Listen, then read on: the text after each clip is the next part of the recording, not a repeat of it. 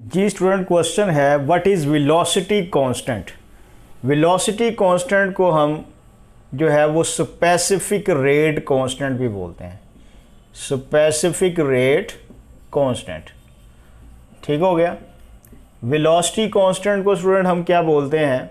Specific rate constant. इसको के से रिप्रेजेंट किया जाता है और ये जो रेट कांस्टेंट है ये डिपेंड करता है टेम्परेचर पे। अब आपने याद रखना है, चाहे रिएक्शन एक्सो हो चाहे रिएक्शन क्या हो एंडो हो, जो रेट कांस्टेंट होगा वो टेम्परेचर के क्या होगा?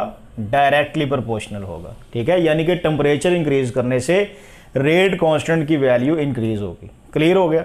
अब ये होता क्या है, हमारे पास ए और बी रिएक्टेंट्स हैं, ये रिएक्ट करके प्रोडक्ट्स बनाते हैं।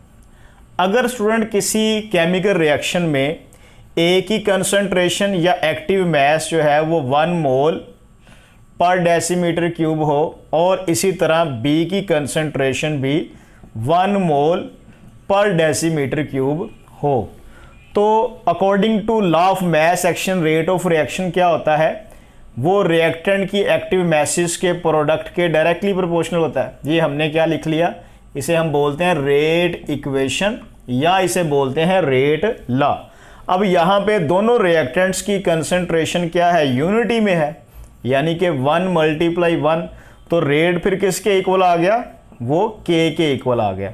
तो जब रिएक्टेंट की कंसंट्रेशन यूनिटी होगी तब जो रेट ऑफ रिएक्शन होगा आप उसे क्या बोलेंगे? स्पेसिफिक रेट कांस्टेंट या वेलोसिटी कांस्टेंट।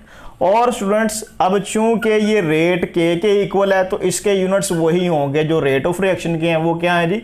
मोल पर डेसीमीटर क्यूब पर सेकंड।